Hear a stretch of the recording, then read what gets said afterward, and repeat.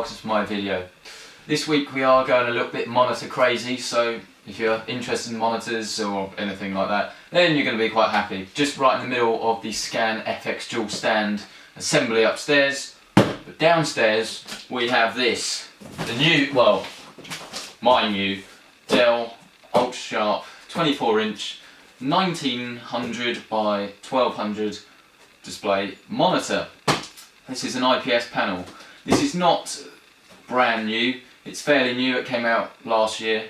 Dell have recently announced 3 or 4 high-end monitors, but this is still the best monitor you can get price performance. It's been very well reviewed, and I will be bringing you up to date with how I'm getting along with it. But this is the unboxing, so let's have a look at what's in the box. So in the box, well, you can see it says Dell on it. Let's put it on the floor. Right. We have cable, VGA cable. If you're using that, you need to really sort something out. Much better, just DVI cable. So this will fire the monitor at its full res, no problem, and you shouldn't need any other cable at all. In the box, wait for it. Well, it wasn't quite as easy as I thought it would be. There was loads of like weird folding cardboard, but now we can take the monitor out. It's just here.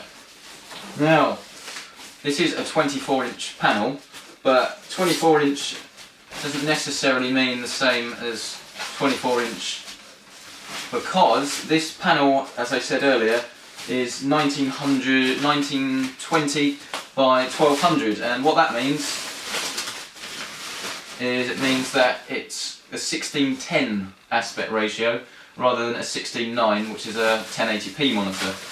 Now, we'll give this a good test for gaming and see how it performs, but this is primarily for the colour reproduction, so if you're doing video editing or photo editing, this is going to be a monitor for you. Whereas if you want to just play games on it, then you might be better off looking into getting a TN, well, a very high-end TN panel, as they have faster refresh rates and lower ghosting and lag. But we will test and actually see whether that is the case. But looking at this monitor, it's very nice. It's got a VESA mount, so if you want to put a third-party stand on it, like I'm going to, you can. It's got silver accents on the top, just there, and it's quite minimalist and it's aimed at professional use. But there's no reason why you can't have it in your house if you want a really nice high-end monitor, which this is. So while I'm using a third-party stand, most people that buy this aren't going to. So, oh yes, power cable, can't forget that, important cable. So obviously you're going to want to have a look at the stands. Very peculiar looking cardboards, but we got it out. Doesn't matter.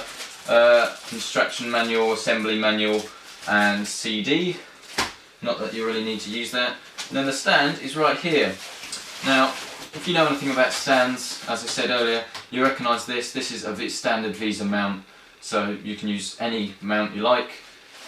Any stand you like that's got a VESA mount on it if you don't like this stand. But let's have a look at the stand. Once we take it out of all this, not necessarily excessive, but there's a lot of package. It's not great for the environment, but there you go. And then you get, it's quite a nice actually looking stand. Silver accents. It is quite horribly plasticky on the back, but the metal, well, it's metal on the base, but then it's got a coat of plastic on it, so it's not the nicest stand to touch, but to look at, it's absolutely fine. It's absolutely great.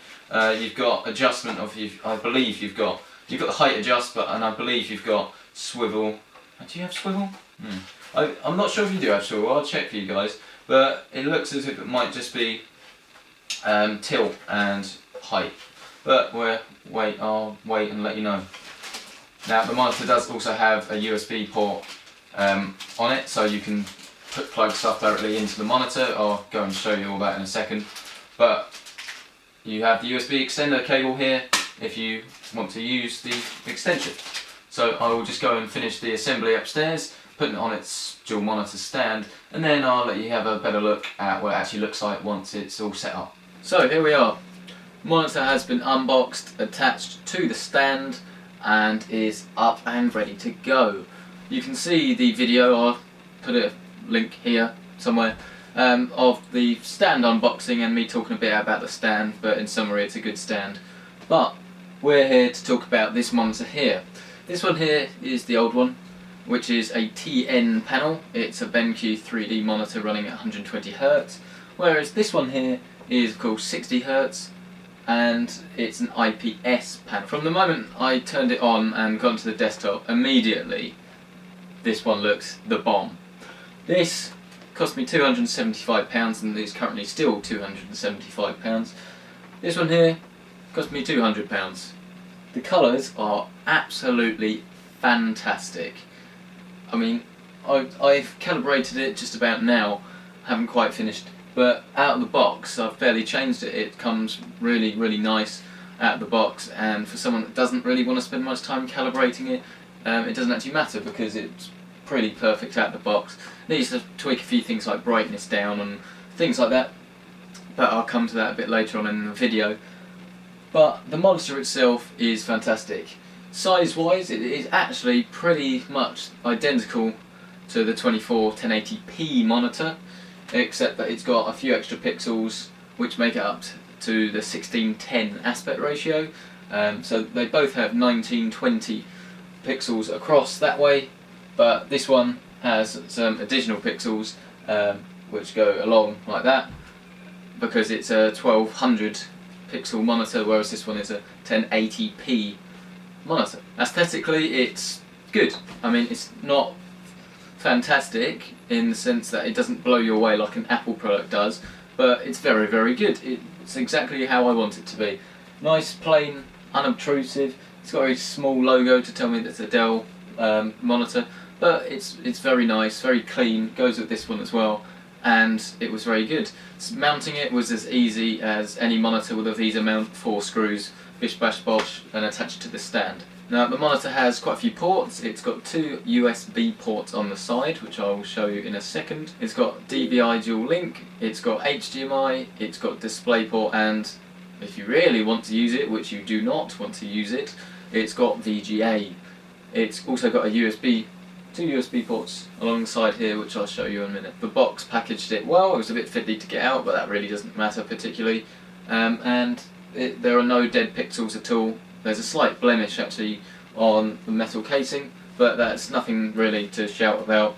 I'll tell Amazon and maybe I'll get £5 off, but I'm not particularly fussed about that because I can't really see it. Now what you want to do when you buy a new monitor or any screen is you want to run this, and this is just a website. This one is LagOM, and this one gives you loads of different patterns, and you use these patterns to set your monitor up correctly, because each monitor when it comes out of the factory will be slightly different and will therefore need different settings, and of course you might want to tailor make it to your preferences. I for instance like the brightness to be quite low, some people like the brightness to be quite high, but if you want to set it up really properly and professionally for colour accuracy, you want to use these patterns. So you just boot up the pattern here, and I've already set this up so this is all perfect now. All the colours are separated, so each colour is different in each block as it should be, and that's the contrast, so you use that to change contrast. Then you've got things like clock and phase and all these different things, and you just go through them and make sure that everything's set up correctly.